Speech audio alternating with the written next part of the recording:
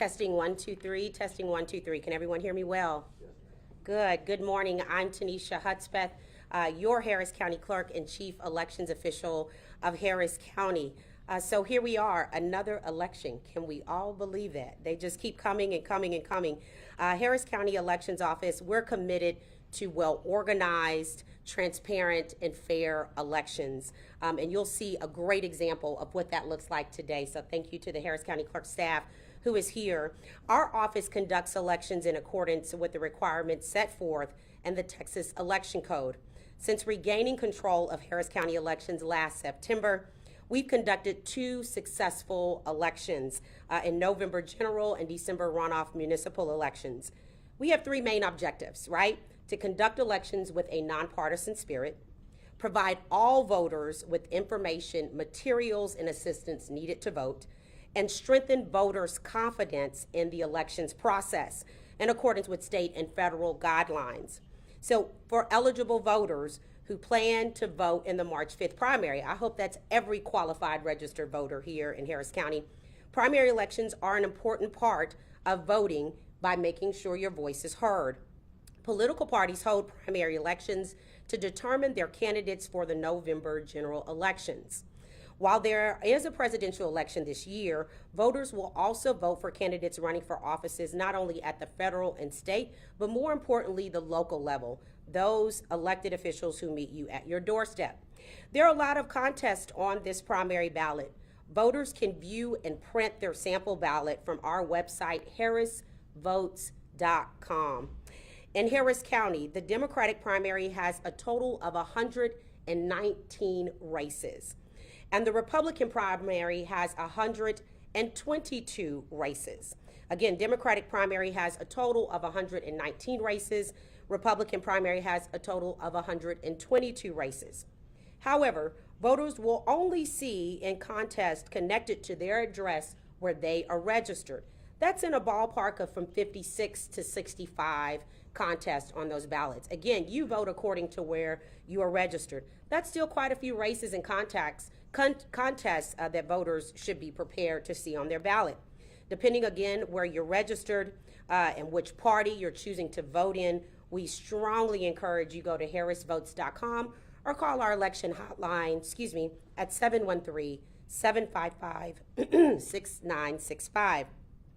We encourage voters to consider voting during early voting. And why are we here today? Well, for many reasons, but more importantly, tomorrow is the start of early voting. Early voting begins again February 20th and ends March 1st. That's February 20th through March 1st. There are 79 total early voting centers where voters can choose to vote absolutely anywhere. We are still voting on a countywide polling place program, and voters have 79 different voting locations they can choose from throughout Harris County. Again, for registered voters in Harris County. The polls open at 7 o'clock a.m. Right now and all over the weekend leading up into today, we have early voting sites setting up, preparing to receive voters tomorrow morning and throughout the early voting process. So we recommend that all those who are planning to early vote to have a plan. Go to harrisvotes.com. Look and see what location you're going to go to on what day. Also visit our wait time feature, right? When you go to look at voting locations, you can signify by green, yellow, or red on that website. Whether green, obviously we know green means go. Yellow means there might be a little traffic. Red means there's probably a line. So make a plan to vote. View your specific sample ballot and look at the contest and prepare yourself. You can print that ballot out, take it into the polling location. Again, written materials are permitted inside the polling location. I know we live in an age where electronics and our cell phones and touchscreen is secondhand nature, and some people are going to be so proud that they're going to want to take selfies to show you that they voted. But make sure you do that after you finish voting. You can take your I voted sticker or your access card and still show and encourage voters to vote. Again, we recommend voting early. We're in Houston, rodeos going on, weather events can happen, but if you're that traditional election day voter, we'll come back and talk about all about election day. You will still be able to vote at any location on election day. There'll be 3 times the amount of polling locations, and we look forward to serving you and seeing you.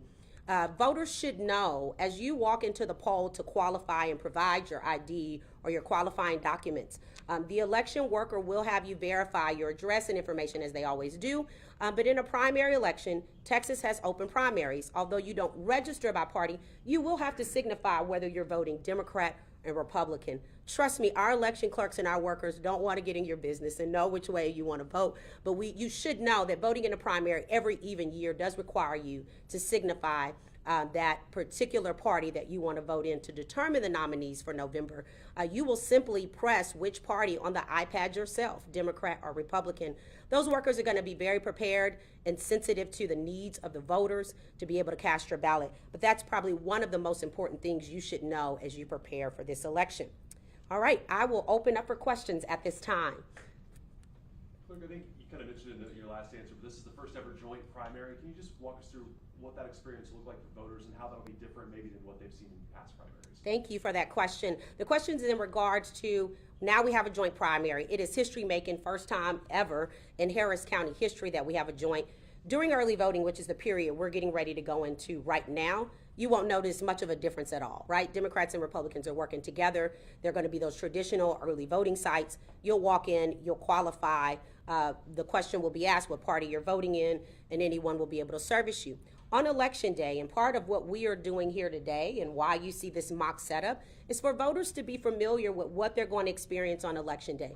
In previous years, for many years, the two political parties either had separate locations altogether on election day or same locations, separate setups. That meant Democrats or Republicans only voted on the machines for Democrats or Republicans. What's different here? What's different here is all voters are going to vote on all the same equipment, much similar to a November election. So I don't know that voters are going to be able to tell as much of a difference as the election workers will, who have done primaries in the past. And two things have brought us here, which I think is commendable to both the political party chairs. We had legislation that would have placed demands on Harris County to have the most amount of polling locations that we've ever seen, and to have additional equipment, which we expressed our challenges in the future at the very beginning of this year. And so both political party chairs have come together and decided to do the joint along with our office, who is merely the contractor to provide the voting equipment, the locations and things of that nature, to come together, work together, have more than enough equipment and resources. But again, on election day, what you will see different is the election workers will have a name tag on that says Democrat or Republican.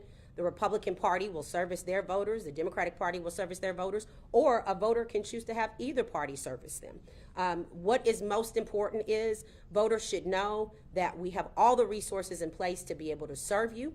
We have that expectation of the political parties when they come in on election day to be prepared and to receive any voter no matter which way you choose to vote. And so we have a mock setup today that will kind of walk you through the process of what to expect. Again, very similar to November, but signifying that Republicans obviously handle provisionals and forms and their own paperwork, Democrats the same. So that is what we're looking at. I think, we don't need to overthink this. It's actually going to be a lot smoother than we believe it will be. The biggest part is the cooperation, right? Politics are politics. The political parties and those individuals who work are going to be very passionate about their party and their measures, and we should respect that, but we should also be prepared to work together. That's what the county clerk's office has done, and that's what we will continue to do, and that's the expectation that we have of the political parties. Next question, please. Can you talk about voter turnout? What are you expecting for this primary? Yeah, it's kind of hard to say, right? But I will love to give you all some numbers compared to the last presidential year in 2020. On the Republican Party side, there was a total of 195,723 total votes in the Republican primary in the year of 2020, the last presidential. On the Democratic primary side, in 2020, there were 328,496 total votes on the Democratic Party primary side in 2020. We know that elections, voters choose to vote based on what's on the ballot, who's on the ballot, what measures, what platforms, what is important to them. And again, this is a presidential year. If individuals are not sure about their voter registration being updated, we encourage you to go to HCTax. hctax.net, hctax.net. Look up your voter registration. If you happen to go to Harris Votes, you can still choose the voter registration tab, and it'll take you to that page to verify your voter registration, whether it's updated or not, and know when you go to vote. Viewing that specific ballot at Harris Votes is so important. So thank you. Those are the numbers from 2020. It's hard to say what we expect, but I think as we get into early voting, we'll have a good temperature by the end of the week to see if it's trending up or if it's trending down. Thank you for that question. Next question, please. You mentioned just telling voters not to take the selfie inside the polling place. Sure. What are some other kind of, pitfalls or things to watch out for, common mistakes do you see voters make that you want them to be aware of?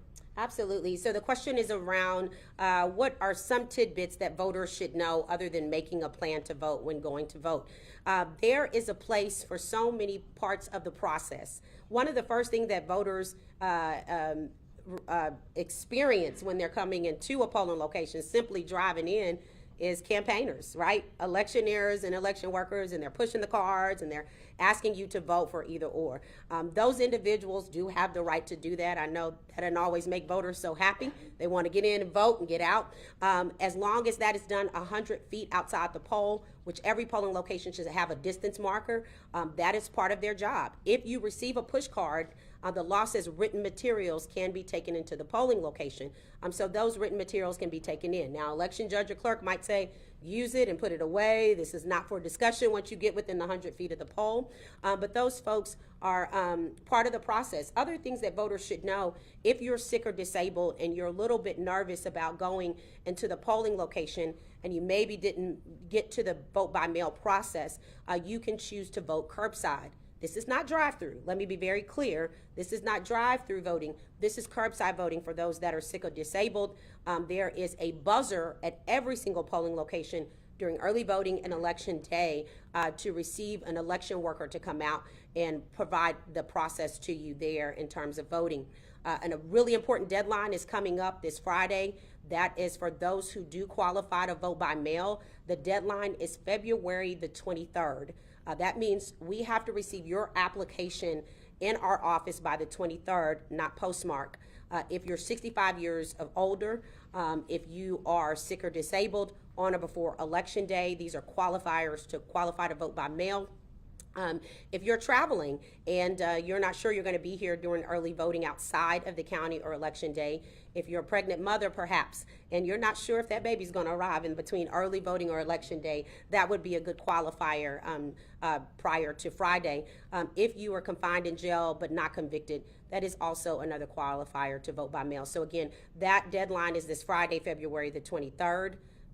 I had to think about that date, February the 23rd, and we need to receive those applications. If you have more information or you're not sure or you need to see clarity around the vote by mail process, please call 713-755-6965, 713-755-6965. Next question, please.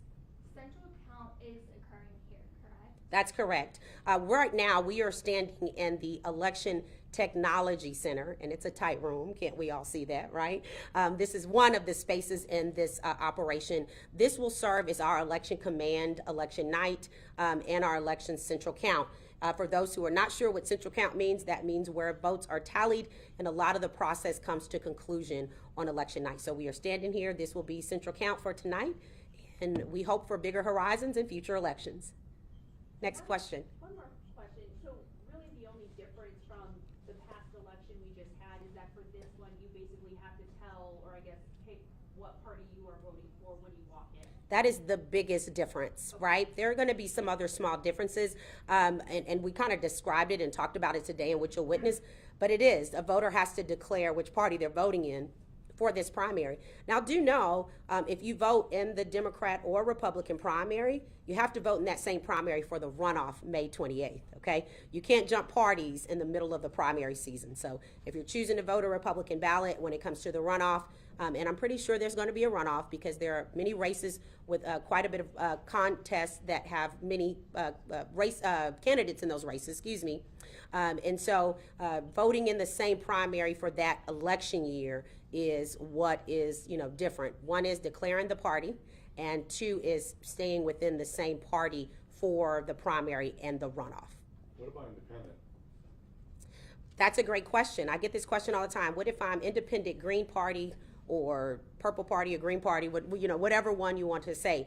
In Texas, the two major determined political parties is the Republican and Democratic Party.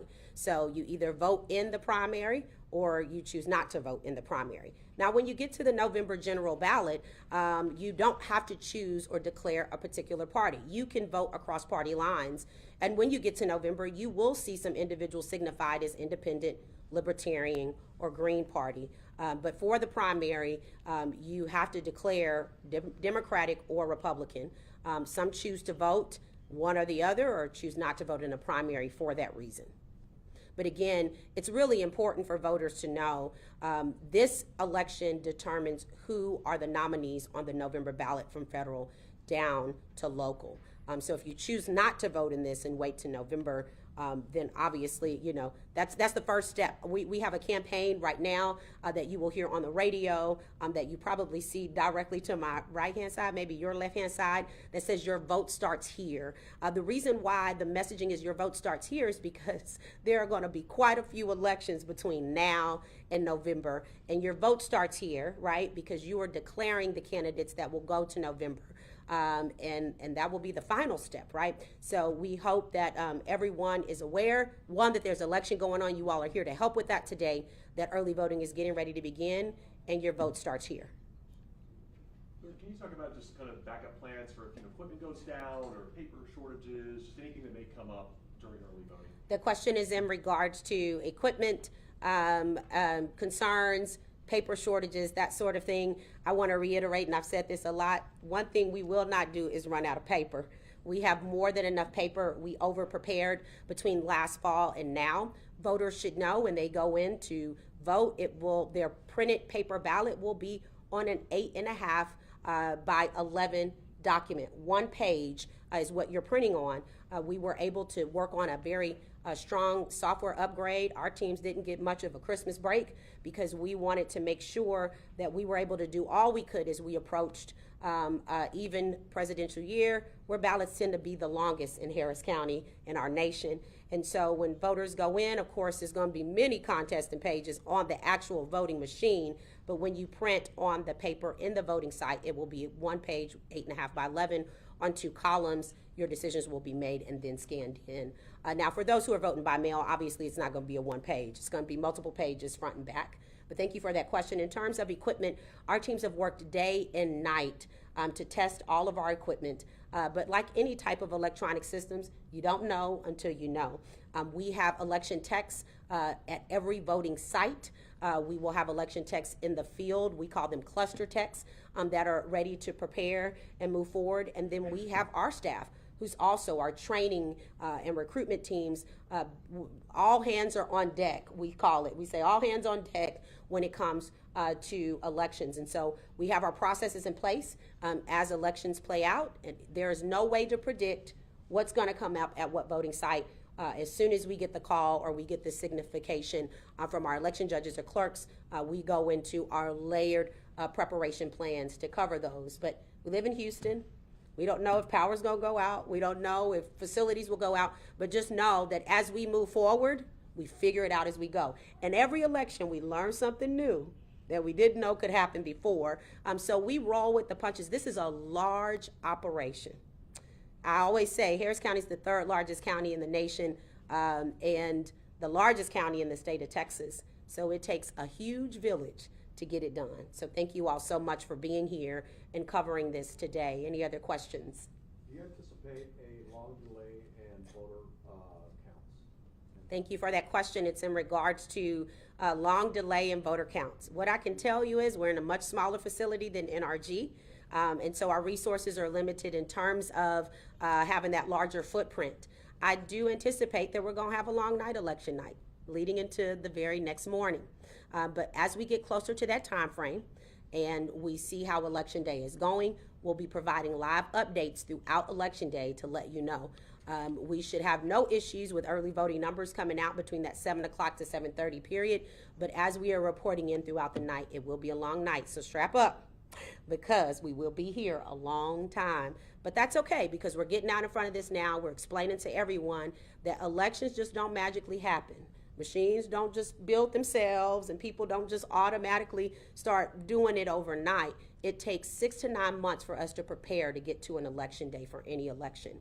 And then once we get done and we get to that final night, we're talking about 545 election day polls with thousands of election workers who have to then make sure they go through all their checks and balances. And trust me, it is a lot to shut down that poll, to report their boxes and their information in, then for us to receive it in real time with chain of custody, following the law, to report results out. And so if you didn't learn about elections and how detailed oriented they were before, you will learn under this administration. So thank you for that question. It will be a long night, so we should all be prepared.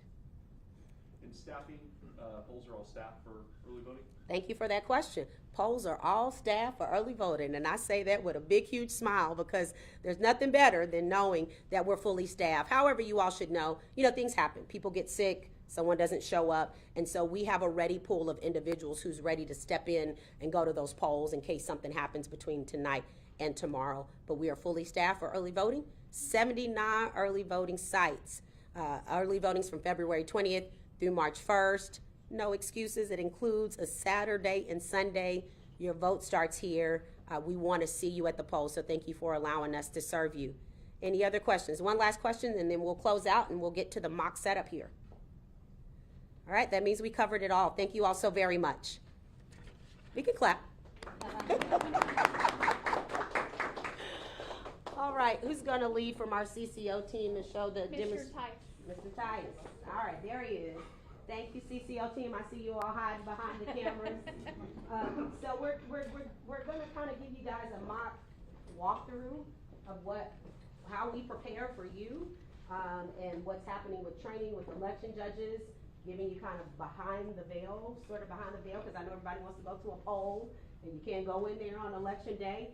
So we'll go ahead and hand it over to you and walk through the process, and if I feel the need to hop in, I'll hop in. All right, yeah, please do. Thank you. Okay, thank you all for being here, and what we'd like to do is have as many people as would like to go through the actual election day voting process. If we could have a kind of a pathway through there to that door, and as many of you as would like to, if you would just go out that door and form a line just like you would at a vote center, and we'll start bringing you in and giving you directions on how to go through the voting process. So anyone that wants to. Let me hop in here because it's going to be hard because we've got all the hardware Yep. and cameras. The whole point is for us to allow you all to walk through the actual process yourself and hear the verbiage. Obviously the cameras are good, but we do need to have just a little bit more space here. So anyone want to take a stab? Anybody want to take a stab at kind of walking through this process? Looks like Okay. we've got a line there. Yeah, we got a line. We're Okay. gonna have Okay. to move the cameras on this end, cause I think there's a process over there. Yeah. So Yeah, possibly, yeah. yeah. So this is the working judge table or the Are greeting you judge gonna run table? 2 stations at one time? No, just, Just one Yeah. station? Yes. Can we come from the back then? What? yeah, Can we go set up in the back that way, looking this way? So let me just say this, it starts at the door with greeters, so we want you to see, what voters should experience on election day. And then when they walk in, we go to the judge's table, or do they come here? To the qualifying tables. Qualifying, straight to Either the one. qualifying table, okay. I just didn't know if we needed to create a pathway here. The judges only come in when they have to, right? Okay, good. Okay, so let's take it away. you can, just tell them where to come in. Okay. Physically tell them. Good job. Good. Okay, good job. I just wanna make sure that they weren't in the way of people trying to come in. Adam, did you wanna do it too? I don't want to show up on like everybody else's station, that's my concern. Oh, Maybe yeah, like yeah. one-on-one, you know what I mean? Like Irene or,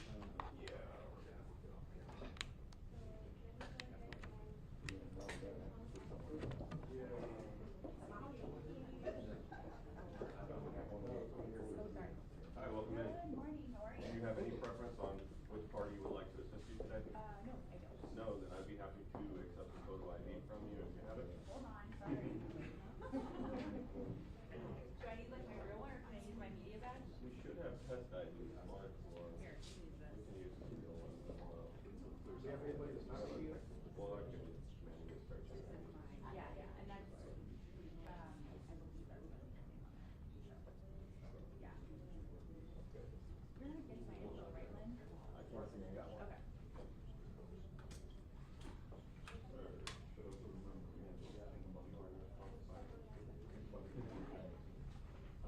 Let's see if Mark can get us a test ID. Oh, okay. This is our training booklet, so maybe it's not. Gotcha. Okay. So then I can do ID, and then after that. Do you have a preference Yeah, we're gonna do as that. to party worker or dress that you want to help you? Our parties are indicated on No problem. This isn't a live e-book, so I can just enter it here, and then I would ask you if you currently reside at your street number and street name, which you would answer. Your name. I got it. Excellent. And I'll go ahead and flip that over to you. Verify your information. Everything looks good. You'll sign it. Accept. One more. Hey, let's push the tripod back. Yeah, push it back in. Valid paper and an access code. You want to verify eso- your por eso access code tengo that este que the viene party aquí. you intended is on there. Again, you'll want to verify when you put it into the machine says the correct information. And lastly, after you printed your ballot, you want to verify one more time it says everything you Staggered? intend before you Can I drop get you a it in little the bit to scanner. the right? Right there, thank you. Appreciate it. Okay.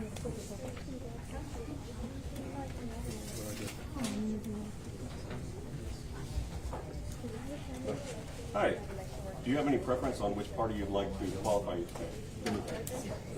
Excellent. I'd be happy to assist you with that. So I'm going to pretend you handed me this ID.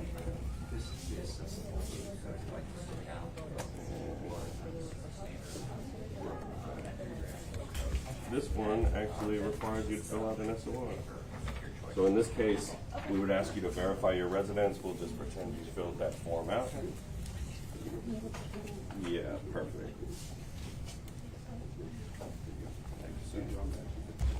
No, that's perfect. I'm sorry. You can get my phone. And I'll go ahead and have you complete that information there. You'll want to verify on the top of all your voter registration information. Sign on the line and that green and stuff button. Perfect.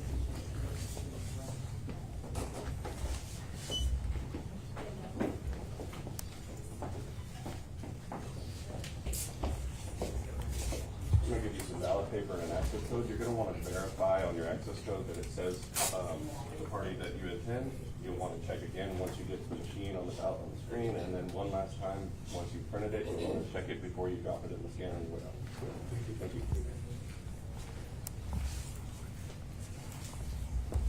Let's go to one of these. What maybe two?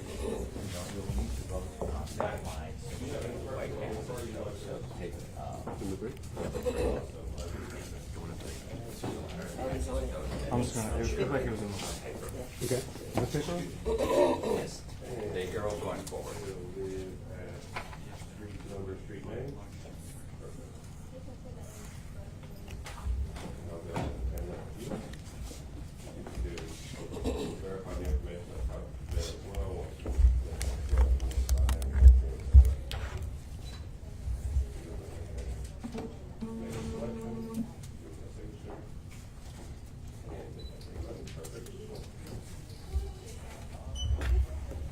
You're gonna hand your ballot paper and an access code.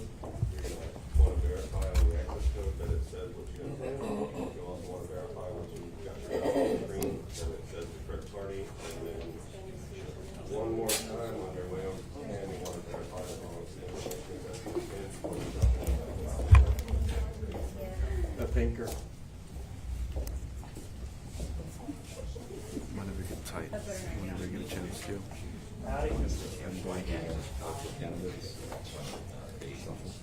Yeah, it says test candidates. Oh, test candidates. Yeah, so it's not real candidate. How are you doing? Good. Are you, do you have any preference on which party you'd like to? No? And me.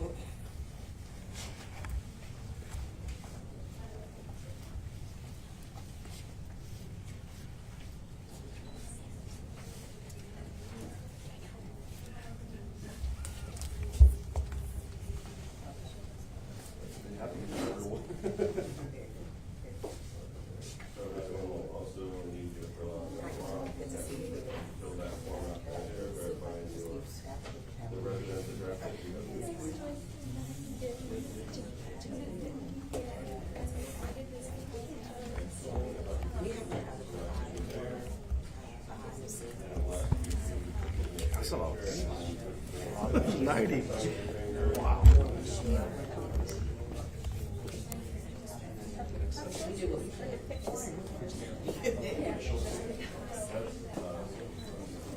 I'll get in trouble. So I'm gonna hand you a sheet of balance paper and an access code. If you wanna verify on the access code, it says the correct party, and you're gonna take your access. I know.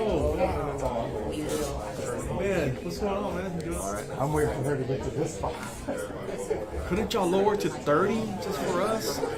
90? Jeez. I wonder, is that the real page? When you go vote, it's gonna be 90 pages? Obviously, we can talk about that prior to.